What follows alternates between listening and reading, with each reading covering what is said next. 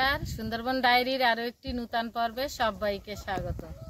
এখন আমি গুছিয়ে নিয়ে সব রেডি করে ও বাড়িতে যাচ্ছি। আজকের একটু নীল পুজো আছে, তো যাই একটু ঠাকুরের জল দিয়ে আসি, মিষ্টি জল মিষ্টি ফল এই সমস্ত নিয়ে একটু যাচ্ছি গুছিয়ে।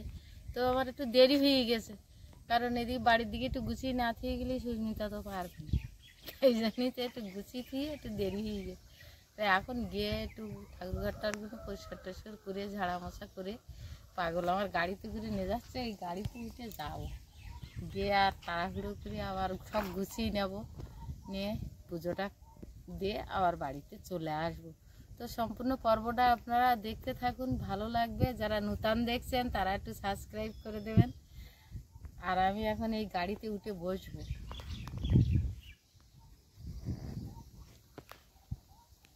রাস্তার ধারে অনেক ফুল গাছ, তা আমি যাচ্ছি, তা কিছুটা ফুল নেই একবার, এই তো আমার লাগবে। আমার বাড়ির গাছে হয়তো এতক্ষণ আছে কি নি, ওটা নিয়ে নেই ফুল।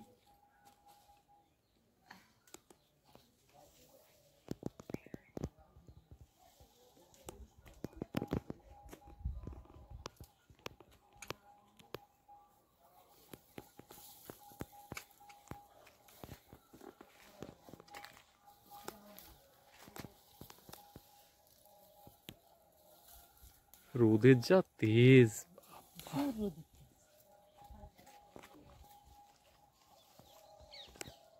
নিম গাছে ফুল ভর্তি।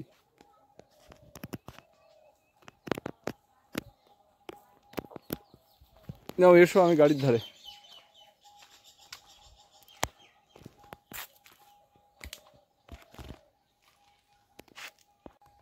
বাড়িতে পৌঁছে গেছি, এবার ঘরটা খুলবো, খুলে কিছুটা আম পাড়।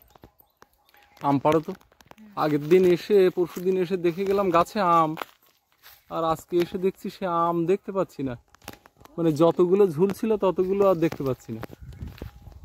লোকজন না থাকলে আর থাকে।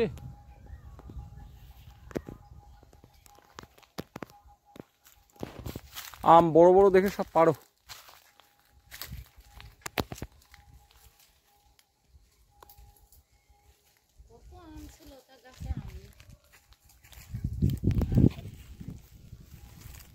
আমগুলো পাড়ো, পেড়ে তারপরে চান করো।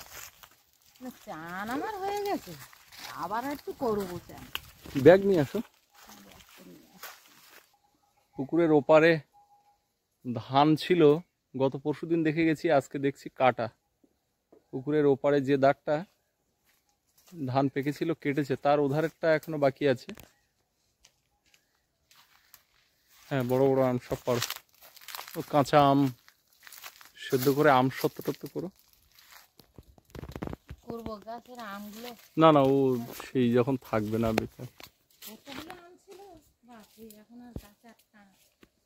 ওই নতুন গাছের আমগুলো আলাদা ইয়ে, তুমি বুঝতে পারবে না। আর এখন আর বুঝে হওয়ার দরকার নেই, যে কটা আছে পেরে নিয়ে তোমার কাছে দিই।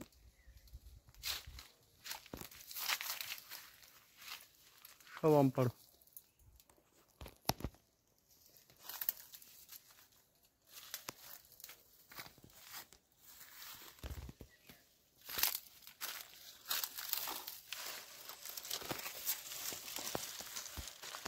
বড় বড় আম হতো, ওই আম খুব বড় বড়। আর বেশি বড় হয়ে কাজ নেই, বড় দেখতে গেলে তো আবার আমরাও পাবো না। উপরের দিকে কিছু থাক নাকি, দেখছি হাতে যা পাও সব করে না।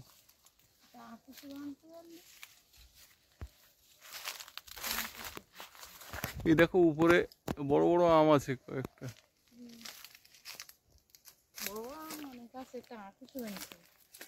এই গাছটা তো অনেক আম হয়েছিল, সে আম পড়ে নেছে তো অনেক আম, এখানে বানের মতো ঝুল ধরলাম।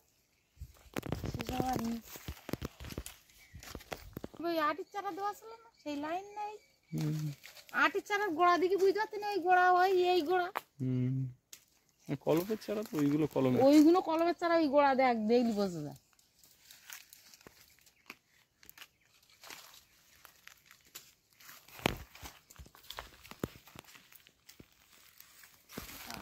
জানতে দিতে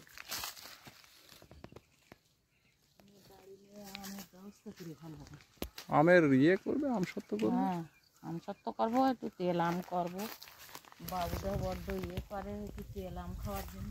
সেই আন্টির বাড়ি চলে যায়, মুড়ি মাখা খাবে আমের তেল দে, বলে আমার এই আমের তেল দিয়ে মুড়ি মাখাটা খুব ভালো লাগে। ওই যে বাঁদিকে একটা দেখেছি ছোটগুলো, বড় বড় দিকে পড়বে ওইগুলো। আঁটি সিনেমা আনলে আমি খাবো।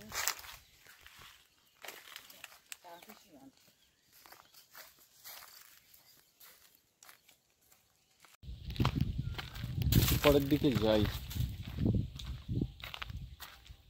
মা তো আম সব বোধহয় পেড়ে ফেললো আজকে, সব পারতে পারবে না। উপরের দিকেও আছে অনেকটা উঁচুতেও। এদিকে রোদের যা তেজ, কোনো জায়গাতে শান্তি নেই। তবে এই আমাদের এই পুকুর পাড়ে এই মাছার পাশটা, এইখানে একটু ছায়া শীতল আর হাওয়াও হালকা হালকা এখানে তাও লাগছে। সেই অর্থে হাওয়াই হচ্ছে না। যে দক্ষিণে হাওয়াটা যখন হয় তখন আর এই গরমটা অতটা অনুভব করা যায় না, কিন্তু সেই হাওয়াটা অনেক কম আজকে। সম্ভবত এগুলো আজকেই কাটা পড়েছে। এখন ধান কাটা হাতেও হচ্ছে, আবার মেশিনেও হচ্ছে। মেশিনে ধান কাটলে বিচালি বা ওই খড় পাওয়া যায় না। বিচালি বাঁধা যে বিচালিগুলো সেগুলো হয় না, তখন বেরোয় পল, যেগুলো একদম কোনো বাঁধা না, ওই ঝাঁপ মতো হয়ে আসে। আর কাটার সাথে সাথে ধানগুলো আলাদা হয়ে যায়, ঝাড়াই করার ব্যাপার থাকে না। তবে খড়গুলো নষ্ট করে দেয়, ওই সার ছাড়া অন্য কাজে ব্যবহার করা যায় না। কিন্তু এই হাত দিয়ে কাটলে পরে এটা এই বিচালিগুলো ঘর ছাওয়া যায়, জ্বালানি করার অপশান ওটাতেও আছে, হাতে কাটাতেও আছে। তো এইগুলো সব হাতে কাটা হয়েছে। আবার কোনো কোনো জায়গায় মেশিনে গোটা এলাকা ধান কাটা হচ্ছে। পাশে পুকুরের জল এই পুকুরে না দিলে এই পুকুরের জল একদম তলানিতে থাকতো। একদিক দিয়ে ভালো হয়েছে, মাছগুলো বাঁচছে। আবার একদিক দিয়ে খারাপ, মাছগুলো বেঁচেও লাভ নেই, এখান থেকে ধরে নিয়ে যাওয়া দরকার। কারণ এখানে কেউ থাকে না, সংরক্ষণ করা খুব মুশকিল, দেখে শুনে রাখার লোক নেই। জল কম হলে মাছগুলো ধরে সহজে নিয়ে যাওয়া যায়, তো সেটা আর হচ্ছে না। সব পেড়ে ফেলছো না দু চারটে রাখবে?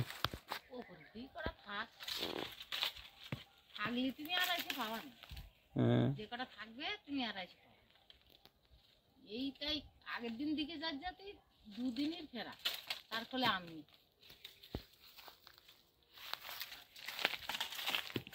বড় বড় আম দেখ, এখন এত বড় হইনি, জানো তো আছি শক্ত হই। প্রচুর আম, আমগুলো ফুটে ফেল। ও আম আম আম দিকে করে কি সুন্দর করে তৈরি করে ফেলবো কোন বাড়ি। আম কাঁচা তাতে কি, আম তো ব্যাগে অতটা দেখলেন, আর তারপরে দেখুন কত আম গাছতলায় সব পাড়া হয়েছে। অন্য জাতের আম হুম, সরু সরু লম্বা লম্বা, এটা খুব ভালো জাতের আম। এই আম এই আমগুলো খুব ভালো সাইজের আম। আমের গায়ের ইয়েটা দেখো, ওই যে ফুটফুটটা, এই আমগুলো সব গুটিয়ে নাও। ও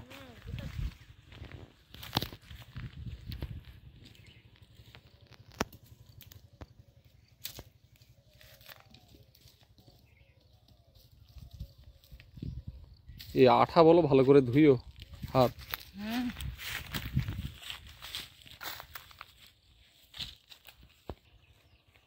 ঘরের এই বারান্দার কানাগুলো না আবার একটু গোবর মাটি দেওয়ার দরকার। অনেকদিন দেওয়া হয় না, একটা লোক ধরে।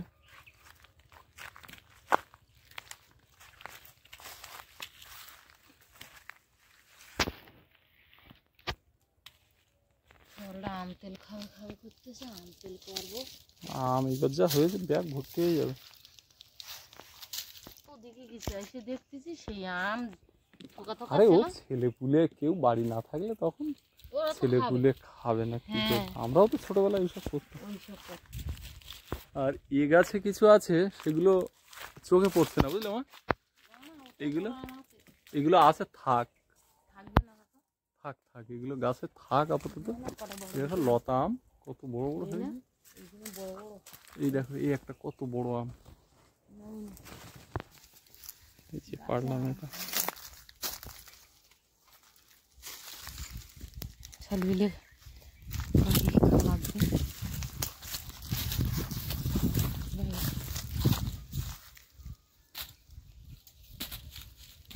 আম সব আমি গুছিয়ে ফেলো, কাজ আছে।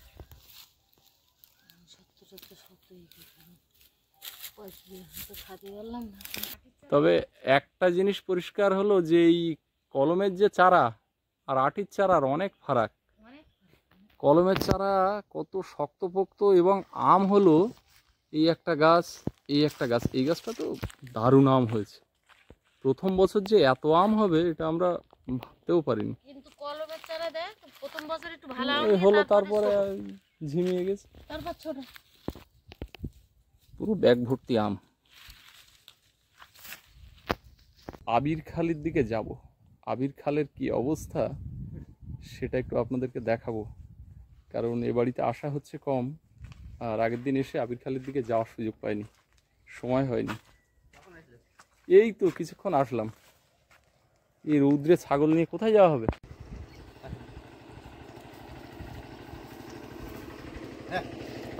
ভ্যাপসা গরম, বাবা রোদে ছাদ কবে পড়বে? কেন এবছর পড়বে না? মানে বর্ষার দিকে পড়বে নাকি? বর্ষা খাইয়ে নেবে কি? বর্ষায় ফেলতে হবে। হ্যাঁ, সে মাটি বসে যাবে, সে নিয়ে চাপ নেই। জল খাওয়াতে হবে, পাম্প দিয়ে জল খাইয়ে দিতে হবে, জল ভর্তি করে দিতে হবে। অমৃত কোথায়? ঘরের কাজ কতটা হলো একটু দেখে আসি। অমৃত কি ঘুমাচ্ছে? ও ধান কাটা চলছে না? অমৃতদের ঘরের কাজ একবার আপনাদের দেখিয়েছিলাম, তখন এতটা কাজ এগোয়নি। এরপরেই হয়েছে দুটো ঘর পাশাপাশি, আর এগুলো বাংকার, দুটো ঘরেই। বারান্দা, সিঁড়ি।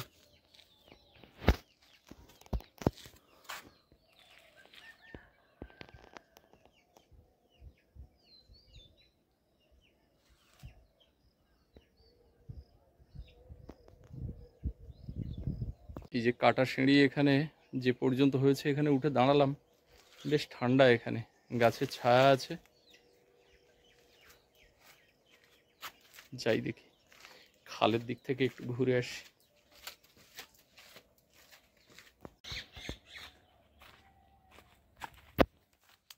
লিচু গাছ, লিচু হয়েছে একটা দুটো, লেবু, আম ঝুলছে, এদিকে জামরুল হয়েছে।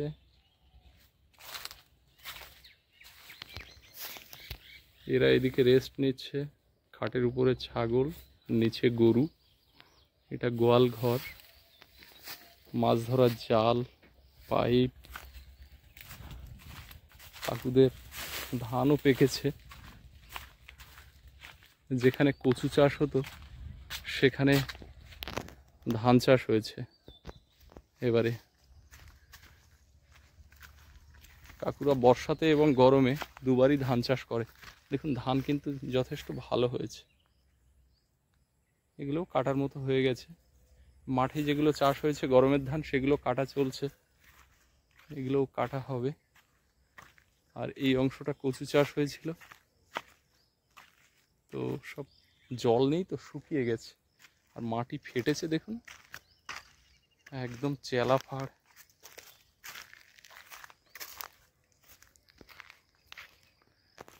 আপনাদের আবির খালের জন্মবৃত্তান্ত সবই বলেছি। আবির খালের যে একেবারে ভরা রূপ সেটাও আপনাদেরকে দেখিয়েছি। যখন আবির খাল বর্ষার জলে পূর্ণ যৌবনা হয়ে ওঠে, সে দৃশ্যও আপনাদের দেখিয়েছি। খালে চারিদিকে জল এসে জল কখনো এই যে পাড় ছাপিয়ে উপরে উঠে যায় অতিবৃষ্টিতে, তো তখন মনে হয় আবির খাল নদী। আর এখন এই গরমের সময়ে বিশেষ করে ফাল্গুনের শেষের থেকে খাল শুকনো হতে থাকে।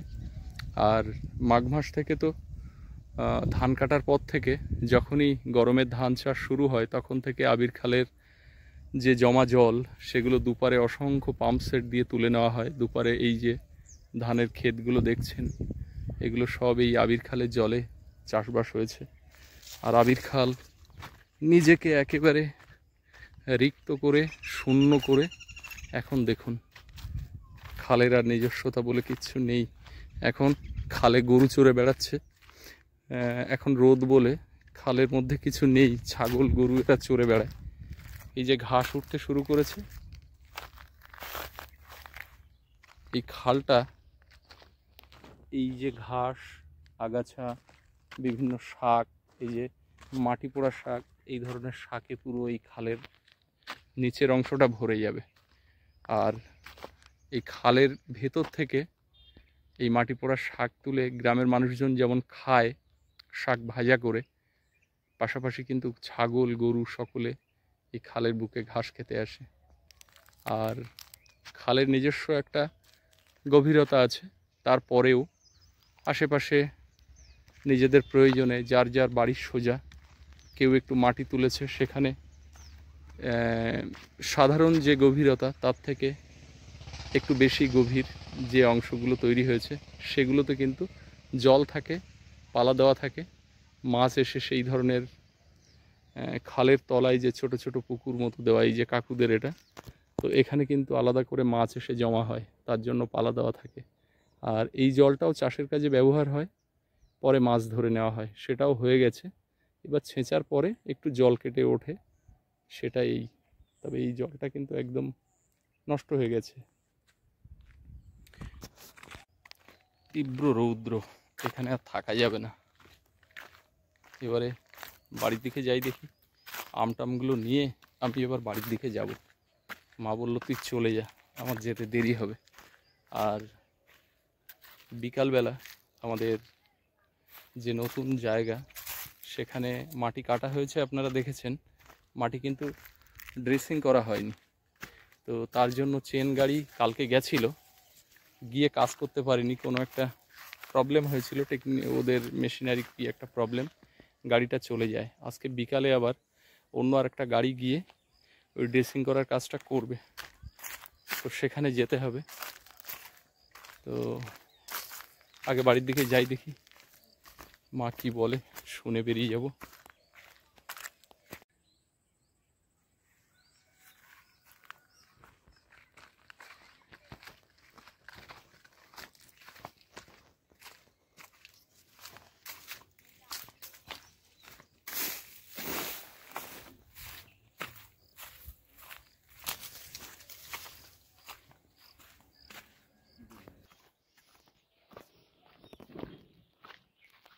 ও মা, কি করছো?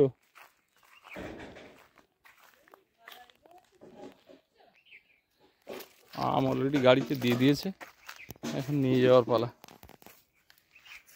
আমি কি তাহলে চলে যাব? আর আমার তো আবার সেই গাড়ি আসবে।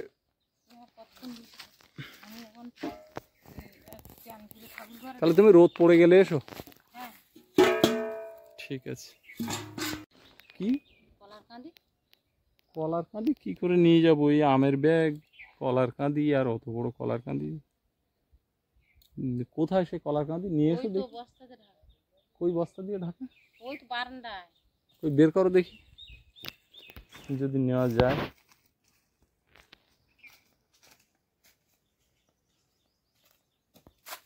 বাবা, এই কলা পেকে যাচ্ছে, মানে পেকে গেছে অলরেডি। কলা বাজারে এই কলার দাম বেশি পাকা সরু কলার চাইতে। বাবা এটা কি? সে আগের দিন কাটা হলো দেখলাম, এই খুলে যাবে। সাজানো যায় না। এইবার এই দানাগুলা খাওয়া শুধু আসল জিনিস মানে এবারে আসল জিনিসটা দেখাবো, যেটা দেখে তুমি চমকে যাবে। ও বাবা, আমি মনে হচ্ছে খুচরো জিনিসপত্র।